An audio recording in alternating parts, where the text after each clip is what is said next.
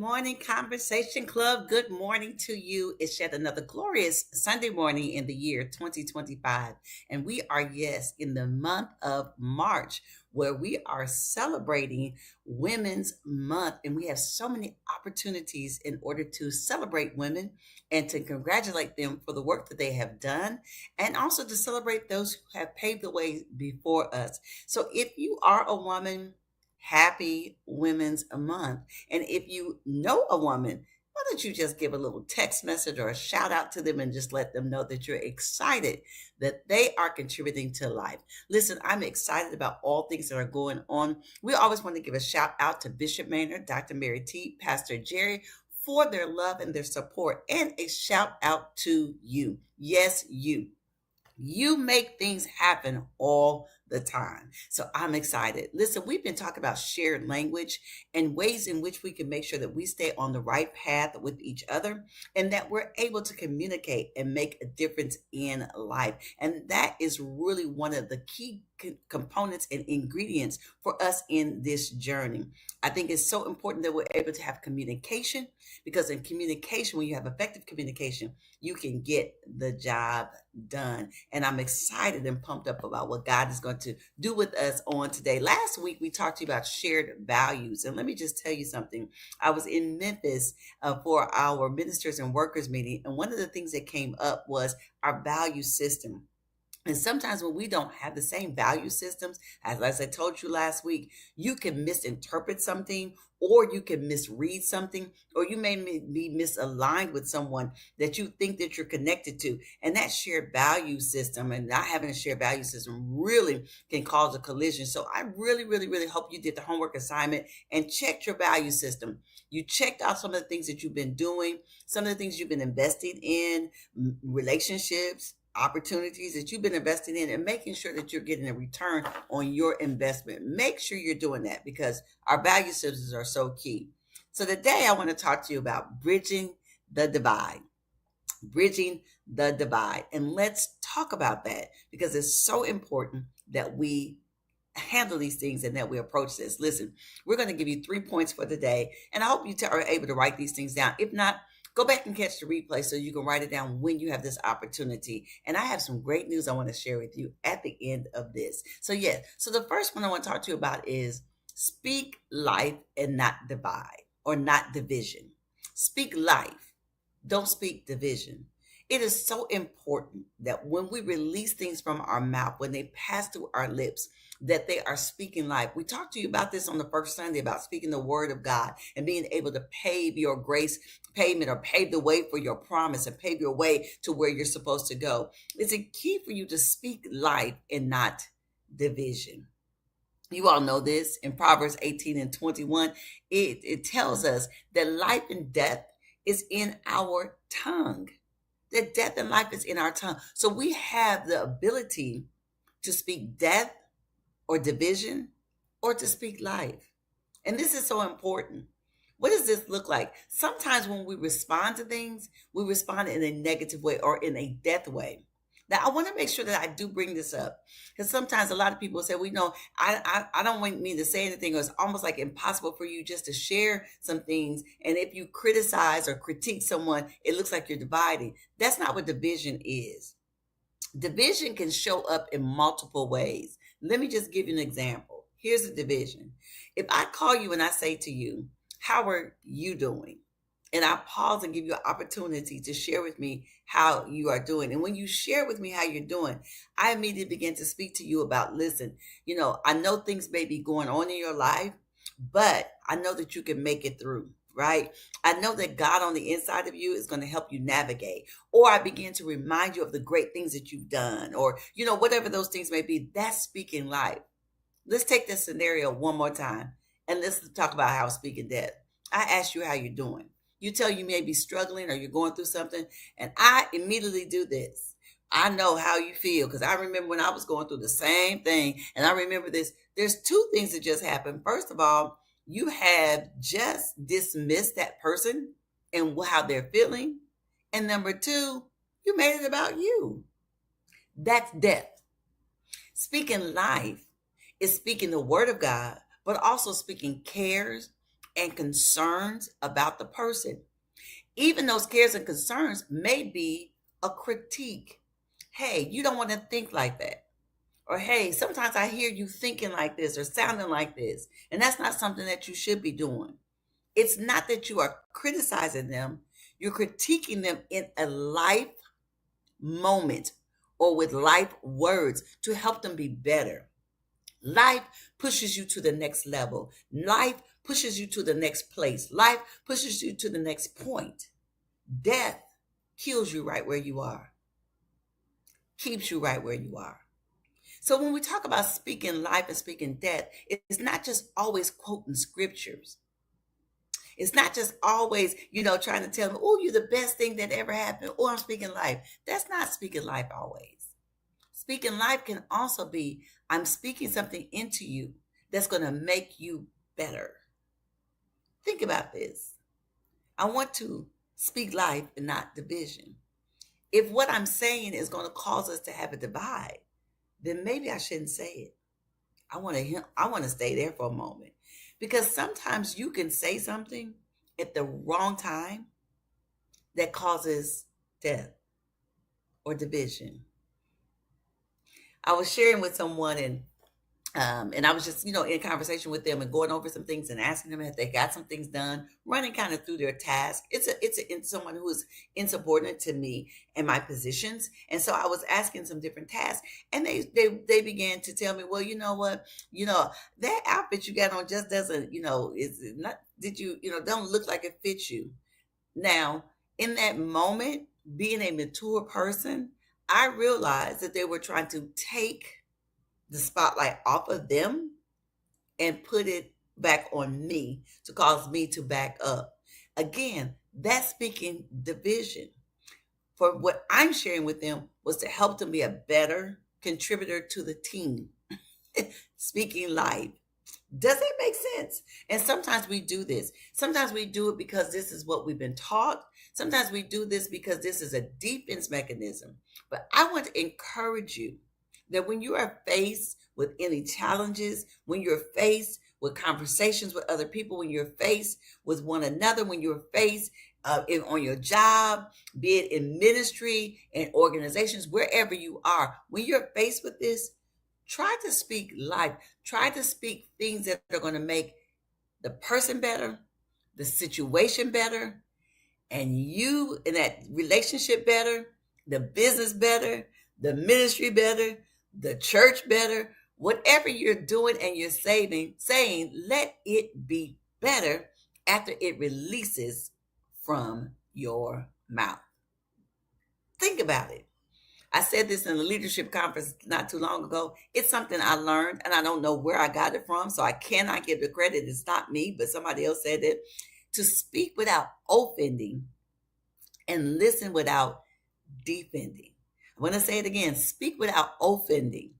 Run it through your mind and say, okay, when I'm about to say this, will this be offensive to this individual? I want you to put a pin there because I'm going to circle back to that. Is this going to be offensive to the person on the receiving end of my message? And then when someone is speaking to you, try not to be so defensive. Oh my gosh, oh, she might say something and because what it ends up doing is it changes the filtering process and changes what you hear. And listen to this, how you hear, what you hear, and how you hear. That's what that filtering system does for you. So if you speak without offending, but listen without defending, so you can hear what you need to hear so that you're able to respond the right way. I know there's so many times that I have been on the defense and someone has shared something with me. I'm like, whoa, well, da da da. And I'm about ready to rip it off. And they'll be like, wait a minute, that's not what I said. You go, oh, well, repeat what you said. And you go, oh, I didn't really hear you, or I heard you incorrectly. That's what ends up happening because you're being defensive. I'm going to go back to the speak without offending. When you speak without offense, in order to know that, sometimes you need to be aware of what the offense is. Sometimes we don't even know that. Sometimes you may be just saying some things and you don't even know you're offending someone. So if you are in a strong relationship that's worth saving, it is good to say, hey, listen, that's a sore spot for me. That's something that triggers me, or that's something that causes offense to me. And we know great peace have they which love thy law, and nothing shall offend thee. We understand that. So when you walk in peace, then you're not so easily to be offended.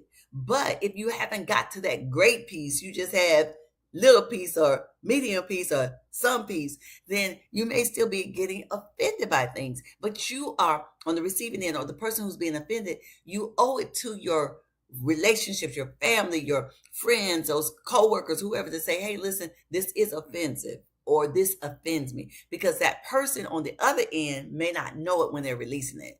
So I tell you what, this is really good. This shared language is really going to help us, because we're bridging some gaps here, and this is key. All right. So here's point number one. Remember, write this down. We want you to speak life and not division. Speak life and not division. Remember, the power of death and life is in your tongue, so you have the right to speak it. And we want to make sure that we speak without offending and listen without defending. Okay, here's number two. We have to understand before being understood. We need to understand, get an understanding before we're trying to be understood. So many times when you're talking, you want to be understood. Well, let me share my point. Let me get it out. Well, no, let's get an understanding for it first. The foundation of what we do has to have understanding in it. I know in the Bible, it tells us, in all thy getting, get an understanding. Because sometimes when you don't get an understanding, you're making moves, and you're making wrong moves, because you didn't even understand. You didn't understand the assignment. You didn't understand the message. You didn't understand the purpose. You didn't understand. How many times has God spoken to our lives or caused us to move to do something, and we didn't understand what he was saying to us? And so we made some decisions based off of, misunderstanding. Decisions made off of misunderstanding. Oh my gosh, that's crazy. But it happens. Oh, we were listening to this. Bishop Linwood Diller spoke on Friday night of the Ministers and Workers meeting, and he talked about Abraham and Sarai, or Abram and Sarai. This is before their name was changed. And Abram did not let the king in Egypt, he didn't let the Pharaoh know that Sarah was his wife. And so the Pharaoh was about to take Sarah to become his wife. And you all get the understanding what was about to happen. And the Lord had to speak to Pharaoh's heart to tell him, listen, don't touch her. And so he went to Abram. He said, hey, you are about to get me in trouble with your God. Oh my Lord. Like, I was getting ready to take her, but she belongs to you.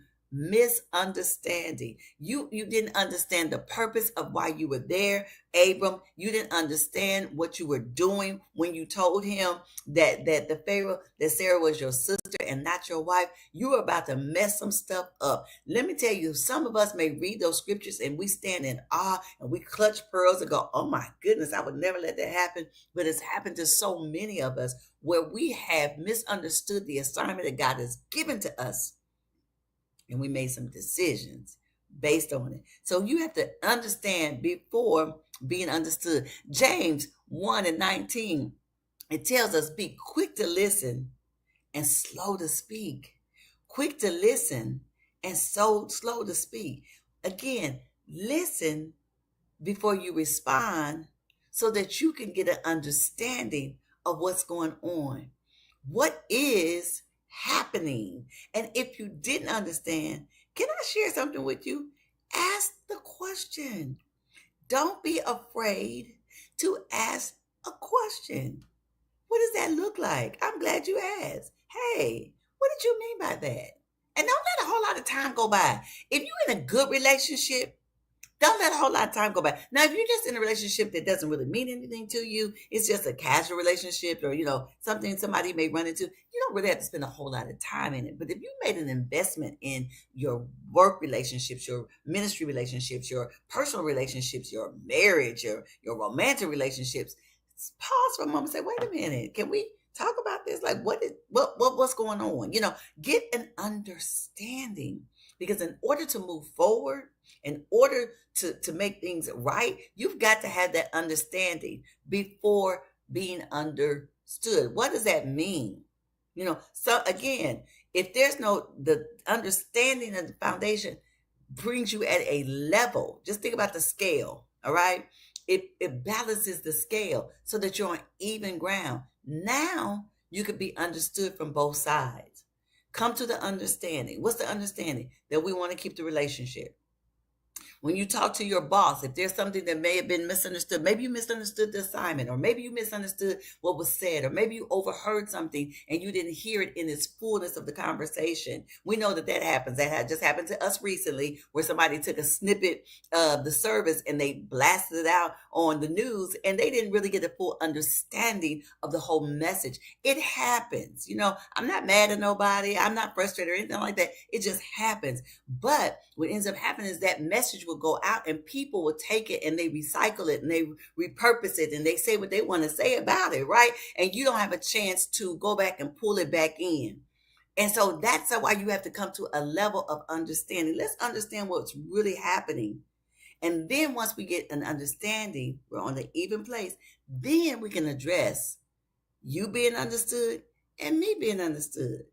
So that way we can then move forward. Let me just share this with you for those who may be on a job and maybe your boss or something, there was a misunderstanding and you don't feel comfortable talking to your boss because of the mere fact they are your boss. And so you don't want to get fired. You don't want to be written up. And so how this can happen, let me just give you this scenario and we'll move on. You can call for the meeting. Please put on the agenda what the meeting is about. I want to talk to you about an incident that happened or something that you said, and then you share with them what you heard. They have the right to say to you, that's not what I said, and this is what I mean, right? So that's where getting an understanding is. You share, they come back and say, no, this is whatever, and then you get that understanding. And then also in that is, you want to make sure it's very clear, I want to keep my job. I like working here. I enjoy you as a leader, or I'm learning so much from you as a leader. And so that's that information that's being shared out. So you want to have that done first and then come to that level of understanding. Then move to being understood. So what do I mean by that? What did we say again? Be quick to listen and slow to speak. Quick to listen. Am I hearing you correctly? Okay, let me make sure we're good. Let me make sure we're clear. Let me make sure that we understand each other, and then we can move forward. All right, here's this third one. I want to bring this one on home. Here's the key. God's love is our common language. Nothing else is. I'm talking about you can speak Spanish, French, Chinese, English, whatever. But God's love is the common language. God's love is the common language. What does that mean? By this shall all men know that you're my disciples if you have love one to another. That means that when I am having communications with you, love should be in my conversation. You should be listening. I want you to hear this, believers, listening for the love in the conversation. Listen for the love in the conversation. So many times when we're speaking to people, there's no love there. There's no godly love there. Even when you're upset at someone, if you love them, you'll watch what you say. If you love them, you will want to get it right. If you love them, you won't leave nobody out there. If you love them, you want to hear them. You want to listen without being defensive. You want to speak without offending. If you love them, you want to see the best for them. You want to make sure that they're better when you leave them, when you speak to them, when you share with them. If you love them, you'll be like, oh my gosh, okay, that person means something to me. And that person loves me and I love them. So I want to see the best for them, right? And so when you love somebody, what you release out of your mouth will be wrapped in love. My mom used to always say, you can win over somebody with a honey than you can with the bees, right? You can win people with honey. And so if you sweeten those languages and sweeten your conversation, it just makes it better. That doesn't mean you're not going to have tough conversations. They just need to be sweet, tough conversations. They just need to be tough conversations that got a lot of honey that's dipped in honey, dipped in some sweetness, dipped in God's love. God chastens the ones he loves. So it's not that you're not going to have no tough conversations. He even gives the illustrations that he breaks the legs of the sheep when they've done wrong. That doesn't mean he doesn't love you. He's doing that so you will learn. And so sometimes even in those conversations of critiquing and communication and having to correct, it still should be done in love. By this shall all men know that you're my disciples. If you have love conversations one to another. Sharing the language, bridging the gap, making sure that when we're having conversations, one, again, that we speak life and not division. Two, that we understand before trying to be understood. And three, that we share God's love as our love language. The language of choice, our common ground, is God's love. I tell you what, if you can get that right, you can get anything else right. And I tell you what, you will be better. And so will the people around you. I'm so pumped up and excited about what God is doing in this place. Listen to this. I want to share something with you. A few months ago, we talked about leave it all on the table. We used the Last Supper as being the example about how Jesus had this tough conversation and he began to tell people that they were going to betray him. You all remember, and you contributed to it just in the dialogue. Well, check this out. We've got our first pocketbook. Yes, pocketbook. And it says, putting it all on the table. This gives you an opportunity to really seriously learn how to gather around a table, and whether it's family dinner or a meeting among close friends or a place of shared communion. The table represents more than just nourishment, but it's a space of intimacy, truth, and sometimes confrontation. This gives you a guide on really how to sit down and have these conversations at the table, and so that you can really address these issues. You know what? As body of believers, we really need to learn how to communicate and get along with each other. So many of us as leaders are standing before people and we are releasing baggage and negativity because we haven't got it right. Our supervisor, Mother Deola Wells Johnson, spoke so highly about this, and she emphasized it on Friday and on Saturday, how we need to speak to people and how we need to get it right so that we're not standing before people and we're just pushing all of our negativity out there. So this is a self-guide. I tell you, it's going to be awesome, awesome, awesome for you. It's a really quick workbook. It only has about 12 pages in it. Little small thing that you can slip inside of your purse, or you can put this inside of your laptop bag if you're on the airplane. And these are also some great gifts just to give to somebody else and just say to them, listen, you just want to get this. It just takes you through this, how to put it all on the table so that you're able to have a good conversation and get it right. It will help you with conflict resolution. It will help you with some of your family dyad, family conversations, maybe some things that have happened in times past with your family, and you really need to address it so that you can grow and move on. Remember, I just said that to you. You want to be better after the conversation. So don't forget to pick up your copy. We'll have them available when I get back to Nashville, because that's my next announcement. I'm in Memphis, Tennessee. I will be celebrating and sharing with Deliverance Temple and Superintendent Hunt and the family that is there. I'm pumped up and excited. I come here annually, and so I will be there at 10 a.m. Deliverance Temple on Mill Branch Road in Memphis, Tennessee. That's with Superintendent Hunt and Lady Hunt and the entire Deliverance Temple family. I can't wait. Now, if you're not doing anything else and you have time to come over and celebrate and worship with us, please let me know. Please just show up. Now, I know the presiding bishop, they tell me, is in town in Memphis, Tennessee, so I'm competing with him. Not really competing with him at all. But if you can make it over there, we're going to have a high time in the Lord. It's always an awesome opportunity, and I can't wait to see my family at Deliverance Temple. So if you're there, come and check us out. Listen to this. Then next week on the 27th, oh my gosh, just coming right up on the 27th, I will be in Puerto Rico with Bishop Elton Amos and Supervisor Dorothy Dillon, and we will be sharing there in Puerto Rico. I cannot wait to get there because we will be able to share with the natives that are there. There's about 30 pastors that have come together, and they'll be in their women's conference, and I will be the speaker. It's going to be super fantastic and amazing. And that's not all. I know It's a busy March, but it happens to be Women's Month, so I might as well kick it on out there. I will be with Love Cathedral on Sunday, the 30th, Love Cathedral with Dr. Sims. And I cannot wait to celebrate with Dr. Sims and Lady Sims. And if you're not doing anything at 3 p.m., join me.